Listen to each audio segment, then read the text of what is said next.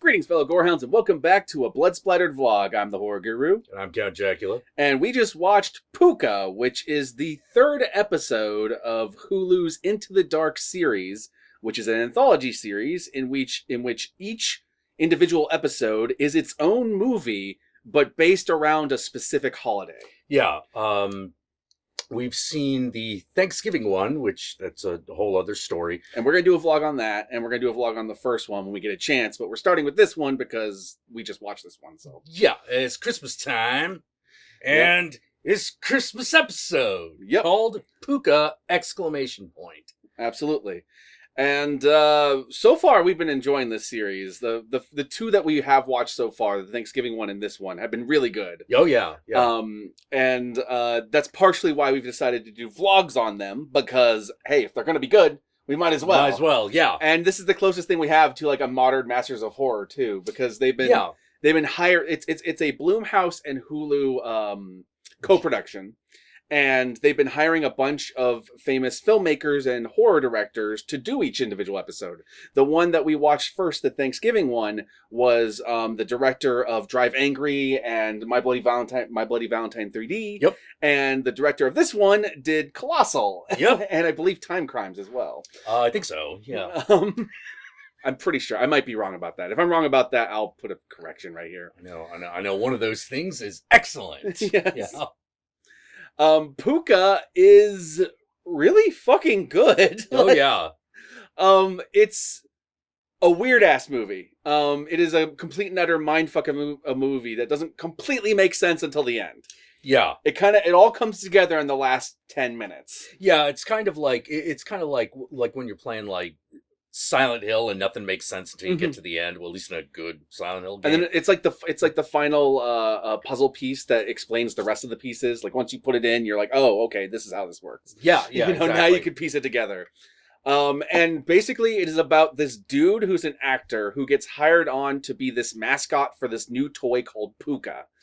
It is the creepiest goddamn thing. It's like some cross between like a Teddy Ruxpin and Satan. Like I don't know. Oh my god! I don't know what to call it. I think the person who made the Pooka suit is the same person who designed the television-faced fuzzy aliens from Kuzo. Oh, I wouldn't be surprised because it's got this creepy ass fucking face that's like robotic. It's got these big like yeah, it's got like bus headlights for eyes. These big bus headlight eyes and this weird like rectangular mouth that's like these tubes. It's really unsettling looking to look at it. And this guy is hired on to be the mascot for this toy that's going to be the big toy of the year. Yeah, this is the big thing. So there's a little bit of like fucking kill the grandma to get. There's a little bit of like almost like a Five Nights at Freddy's effect when he's in the costume too. Yes. Like, it reminds me of those old busted up like Chuck E. Cheese like animatronics. Well, I think that was on purpose. I'm pretty sure that was on purpose. So he becomes the new Pooka mascot, but no one can know he's the new Pooka mascot because he's signed a non-disclosure agreement. But he's making bank from this. Oh yeah. He's this making toy good is money. selling like hotcakes. But unfortunately, over the course of the movie, he ends up slowly losing his mind, and you're not sure if the Pooka is alive and fucking with him, or if he was crazy from the get-go. Yeah. And that's kind of like the reoccurring question throughout the entire movie. And we will not answer that till we get to the spoilers. No. One of the things that continuously happens throughout this movie is that the minute you see Pooka... Oh my god. It takes your breath away with how unsettling it is. Jesus Christ. Like, I remember there was a point, like, later on in the movie, we've already seen it a couple times at this point, but it's just standing there, and it cuts to a shot of it standing there, and Jack was like, oh, Jesus Christ. It was like a jump scare without a jump scare. Yeah, they just showed the damn thing. They didn't do nothing fancy. It's just like, oh, by the way, here's the fucking suit. You're like, yeah! Good fucking God! The toy itself is also nothing to shake a stick at, because it's got this weird naughty or nice conceit. Yeah. In which basically what it does is it records back anything you say, but it's at random. The algorithm it will randomly play back anything you say in either the nice voice or the naughty voice. Yes. And the naughty voice sounds like Satan. Yeah. And the nice sound, Pooka. The other one's like, yeah. Pooka. So you'll say something random like, I'm going to go eat cake. And then all of a sudden, Pooka will go, eat cake. Or it will go, eat cake. You're like, Okay. And you cannot choose what it does that for, unlike, say, like a Teddy Ruxpin, where you can actually record it. If you want to. It's like the Krusty the Clown doll, except you can't flip the switch. It's just set for evil. And so he, in the mascot form, has to kind of replicate this when he's in the suit. Yeah. But it's way creepier when the toy does that. But that being said, the costume is fucking creepy on its own. Yeah. The thing that's kind of amazing about it is that this thing is filmed in Los Angeles. Yes. It's very obviously filmed in Los Angeles. Absolutely. And just having that guy in the suit on, like, Melrose is disturbing looking. You're sitting there like, like, yeah, this is something you'd see in LA. I don't know if I'd want to, but the shot of him taking the bus. Oh my God, him on the bus. Holy crap. And I love the lady he wears this during the movie, he wears this thing around town. Yeah. You know, so you're like, okay. But part of the conceit is that he's kind of losing time. So, like, he'll wear it on the bus and then go somewhere and do something, but he won't remember having done it. Like, he'll just be like, oh, he's at work, and then he puts on the costume, and the next thing he knows, it's the next day, and he's like, what happened? What's going on? One of my favorite scenes in this is actually one of the first, like, true scares in the movie, and that's when the suit gets up on its own, starts wrecking shit, and then he walks in. Yeah! Holy fucking crap. Like, that was a mind fuck. Because you're like, okay, he's in the suit and he's going crazy. And that on its own is done well enough that you're like, oh my God, dude. But you don't realize till he walks in that the suit's on its own. Like, it's like, ah! that fucks with you. And it was on a dozen levels. It was filmed so brilliantly in such like a magnificent way, and it's really colorful. There's these great color codings throughout the movie because naughty Pooka has the red eyes. There's these red colors to represent when the character's in his naughty. And the nice is symbolized by blue. Yes, you know. So anything in between is neutral. Yeah. So the three big colors in the movie are blue, yellow, and red. Yep. And fire. Yeah. For some reason, when he has his nightmares throughout the movie, the costume's eyes are ablaze. Yeah. For reasons that don't become clear until the end of the movie. Yeah. Well, I feel like part of the conceit of the costume, actually, now that I think about it, is that his eyes are actually supposed to be like traffic light things. Oh, yeah. You know, but instead of green being go, it's blue because... Yeah, which I think I understand because, like, if it had just been green, then that wouldn't necessarily have read nice. That would have been like, quick, cross the street. Yeah, blue registers much more as calming, whereas green is a little less. Yeah. But with that said, no, that's a spoiler. No. That's a spoiler. I love how well at the beginning of the movie it accurately depicts what it feels like to be an actor at an audition. Oh, Jesus Christ, yeah. When he goes in for that audition and he's got all this stuff prepared, but they don't give a shit. And they just start asking him to do things, but not giving him any explanation for why. Yeah. Put your hands in the air. What? In the air, your hands. Now make a triangle. No, in front of your face. With your fingers. Okay. Now put your hands out like an offering. And he's just the entire time like, what the fuck am I doing? And it turns out what they're training him to do is the Pooka dance. Yeah. Because Pooka has a very disturbing nursery rhyme in this movie. Pooka see, Pooka do, Pooka love, Pooka you. Like, it's just...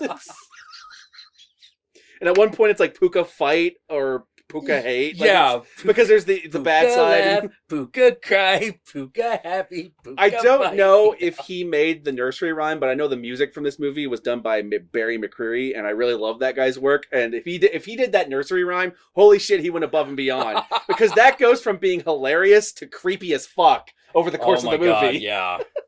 It becomes so sinister. And that's the other thing about this movie. It's got a really wicked and, like, sharp sense of humor. Yeah. Like, there are parts where you're not sure if you're supposed to be freaked out or laughing, and you're kind of doing both. Yeah. It's a really good movie, and it actually is about Christmas. Yes. It actually is about Christmas. That was our one complaint, which when we do our vlog on the Thanksgiving one that we had with that, was that one was only loosely Thanksgiving. Yeah, that really should have been Father's Day. Yeah. The premise of that one should have been Father's Day, because when you think Thanksgiving, you think like a full family gathering, not just a gathering between a mother and or a daughter and father. Yeah. You expect a little bit more family involvement in that, whereas that was more of like a Father's Day movie. Yeah. But it was a good movie, but like we'll talk about that later. For now, let's talk about Pooka. And let's see, what else do I want to say? There's probably some more things I want to say before we get to the spoilers. This gets really fucking mindfucky. Oh, yeah. So if you are prepared to not necessarily know what the fuck is going on for half the movie, then you are well prepared. Yeah, but if you're someone like us who can make it through a movie like Lords of Salem, no problem, then this is gonna be easy street. Absolutely. All the performances were great. I really love the guy that hired him onto the job, because he John Daly. Yeah, at first you're sitting there going like, oh man, like I don't know if I trust this guy. This seems all like suspicious and shit. But over the course of the movie, it turns out he's actually a really nice dude. Like he's actually trying to help him. Yeah. I kind of liked that twist. The snake oil salesman turns out to not. Yeah, it turns out he's not actually a bad guy. No. He's just trying to do it. He's just trying to do a job, and he's not even trying to fuck anybody over. I loved the love interest in the movie and her son. Oh, she was really good, yeah. They were great. Shit, I guess we might as well move on to the spoilers. So, this is on Hulu, so there's no Amazon affiliate link for it, and it's part of their series. Yeah, so you can just watch it. Absolutely. So if you have Hulu, go check it out. Into the Dark, Pooka, with an exclamation point, and you should be able to find it. And with that said, let us move on to the spoilers.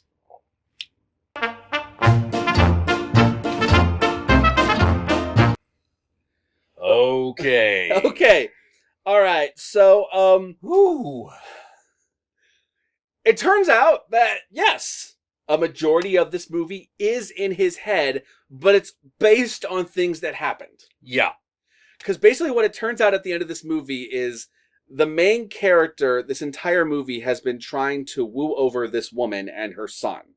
But weird things keep happening throughout the movie. Yeah. The mother, like, they go and buy a Christmas tree, and they put up the Christmas tree, but when he comes back to the house, the Christmas tree isn't there. Yeah, they take pictures with the tree, and it disappears from the picture? Yeah, it disappears from the picture, and he asks, like, where's the Christmas tree? And she's like, what Christmas tree? Like, they never actually did.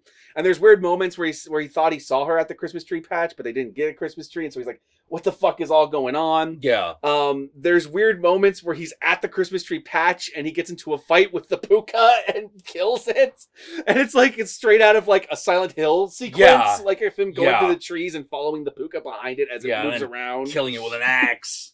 You know? There's this weird fire imagery that you're not quite sure if it's supposed to represent anger or what, because clearly this guy's got some sort of mental temper. Yeah, he's got some sort of anger issues. But you're not sure if it's supposed to represent fire or what it is. And there's also this woman that he's befriended that lives next to him, but like he keeps having these dreams of her dying. Yeah. Of her, and she always has this like gash in her head, like she's been killed in a very specific fashion. Yeah. And one time he dreams of the Pooka going in and attacking her and slashing her, and then the next time he imagines her having fallen out the window. Yeah, and she's always got the same like head injury pattern, despite the different ways that she is killed. Yes. You know, which is like you're like, whoa, wait, what is going on? Absolutely. There's these weird like parts of his dreams where he's always smashing his hands against walls and like making them bleed. He keeps having these hallucinations of Pooka walking around in front of him, but you're not sure if they're hallucinations. Well, at the end of the movie, everything actually comes together, because it turns out that in reality, outside of the movie and his dreamscape, he was a man, probably a successful actor. Yeah. Who had a wife and kid, but he had an anger issue. Yeah. And he would often have angry outbursts in front of his kid with his wife over every little thing that he felt like it was slighting him. over whatever he obviously had some sort of paranoia, because he always would get like mad, just like, oh, like, why are you saying this? Why are you calling me a liar? Why don't you trust me? Why don't you do this or whatever? And it would always be like a slight thing, like her. It's not like a major like. It would not be a major issue. It would be just like the kind of normal conversation. It was like, oh, did you make sure to get this thing? Like, stuff like that. Like, why are you saying about me? He's like, whoa, and whoa, dude. Like, so basically one night he has one of these outbursts and he destroys the tree. Yeah. And the kid witnesses it, and so he promises the kid that they're going to go get a new tree. So it's like midnight, and they're driving to try to get to the tree patch before it closes. Yeah. And they get in a car crash. Yeah. And the beginning of the movie, it opened up with one of the Pooka dolls on the ground saying, "Look at all the pretty lights," over and over again, surrounded by fire in the street. And you're assuming this is where the movie's going to end up. And it does, but it turns out this is actually where the movie begins. Yeah. Because the wife said that to the kid who was holding a Pooka before the crash happened. And so that's why it recorded that. Yeah.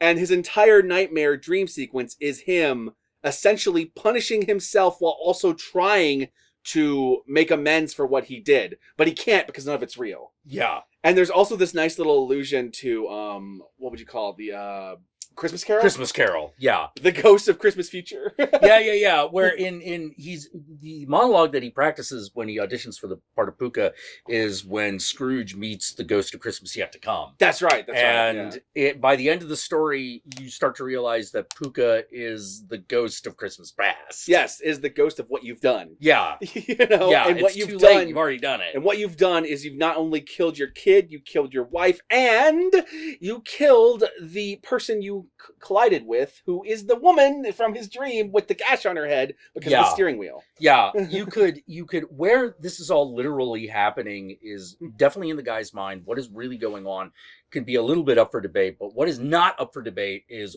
what happened to bring him to this state. So, like, why is he seeing Pooka with these these fucking taillight eyes? Well, that's because it was because of the car crash. Why is he seeing fire in its eyes all the time? It was because it's fire all around him at the car crash where he's hallucinating. Yeah. And Pooka's not only the taillights of a car because it looks like a traffic light. It's also the traffic light he accidentally runs through. Well, absolutely. But the thing is that if you think about it, there's the stoplight, the stop when you stop a car and the red lights go on. Yeah. But then there's also the normal, not stoplights, which is just the go lights, and those are blue. Yeah. So it's not the green, it's not the thing, it's the actual taillights of the car. Yeah, it's the actual parts of the car. Yeah, and you can go well, maybe he is still, because the second shot that happens is the guy waking up. Yeah. And you could very easily say this is a nightmare that but basically the guy wakes up and now we're watching the nightmare that he's just had about everything that's happened from the beginning. Yeah. Or he's in a coma and he's reliving this. Yes. You can play it either way because one of the John Daly character that he hallucinates in his dream is one of the paramedics that gets him. Yeah. So it stands to reason that's part of this hallucination is something that's happening later as well. Yeah, this movie really reminded me a lot of The Machinist. Yes, it did. It did. That same kind of like out of time, losing your mind, not quite having a clear linear track of what your own path is. But funny enough, I actually found Pooka a lot more satisfying. Pooka's pretty damn satisfying. Yeah, I love The Machinist. Machinist is great. But I was I thought this was actually just a little bit better because I didn't have I had absolutely no trouble fitting everything in and understanding everything that was going on. Everything did clearly come together very clearly. Really beautifully, really, really brilliantly. Holy fucking shit. And throughout all this, the movie's creepy as fuck. It's fucking creepy. Yeah. And it's funny. Yeah. It's funny in a really disturbing way. And when you get to the end, it starts pulling your fucking heartstrings because this is a dude who fucked up and he can't ever go back. He's dreaming that he can, but he can't. There's nothing he can do. There's nothing. It's done. No matter what he does, no matter how this turns out, when he wakes up, they're dead. Yup. And that's also one of the things parallels I really liked, which was the woman is his neighbor, who is basically the woman he accidentally hits. Yeah. Every way that she dies is representative in a car crash. She goes through a window. Yeah. She's beaten. There's a head injury. You're just oh, I get it. Yeah. I get it. Man, so well put together. So well put together. Really fucking well. And the funny thing is that it makes you wonder, in the actual reality, if you get out of his hallucination, was Pooka a successful toy? Or maybe was he really the guy? Well, the thing is was he really the Pooka guy? He might have been the Pooka guy. Was that actually real? Yeah, that's a good question. He might have actually have been that dude. Like how much was actually taken from his real experience, and how much was just a complete another fabrication of his mind? It's a really good question, you know. Yeah, it's one of those elements of a dream that could have actually been much more literal. Definitely a good example of a movie that successfully captures the feeling of a nightmare. Oh yeah. And how incoherent it can be while also being loosely coherent. Yeah. Because a lot of things that the movie does wouldn't necessarily are only creepy in context. Yep. Like, if you see like a happy little fuzzy animal from your window and there's friendly music playing, that's not necessarily creepy in and of itself. But goddamn, is it fucking creepy in this movie? Holy shit. Pooka see, Pooka do. He's like, whoa! I actually tweeted out Pooka see, Pooka do earlier today, and my tweet got favorited by Blumhouse. So they're paying attention. They're paying attention. Nice. No, this is one of the best things that they've made. Between this and the other one we watched, I'm really excited to see whatever they do for the New Year's one, because I know that they're doing like, I think there's like 7 more episodes, so we got a couple holidays coming up that are gonna be they're obviously gonna do that Valentine's Day. Oh yeah, there's probably gonna be a St. Patrick's Day one, you know. I almost guarantee I wonder what they're gonna do for that. Like, I'm totally down, because so far I'm enjoying this. So as I've said before, be sure to check it out on Hulu Into the Dark. Pooka with an exclamation point. And where can they find you, Count Jackula? Oh, you can find me here on YouTube. I am Count Jackula. You remember me. Also, you can find me on Twitter. You can find me on Instagram. And I am also on Twitch. And I stream on Thursdays at 6 p.m. Pacific Standard Time. And again, at 9 p.m. on Sunday Pacific Standard Time. And, I guess that's it. That's it. All right. You all know me. You can find me at The Horror Guru on Twitter, on Facebook, on Twitch. Just look up The Horror Guru or Blood Splattered Cinema, and you will find me there. And as per usual, be sure to like, comment, subscribe, and don't forget to ring that notification bell so that you're notified of my videos immediately upon their upload. And to give you a little bit of an update, we still got to record the next episode, but it should be coming sometime within the next few weeks. So stay tuned. And Pooka see, Pooka do. What the fucking Pooka doing? Your mom. Peace out, my fellow gorehounds. And I'll catch y'all later.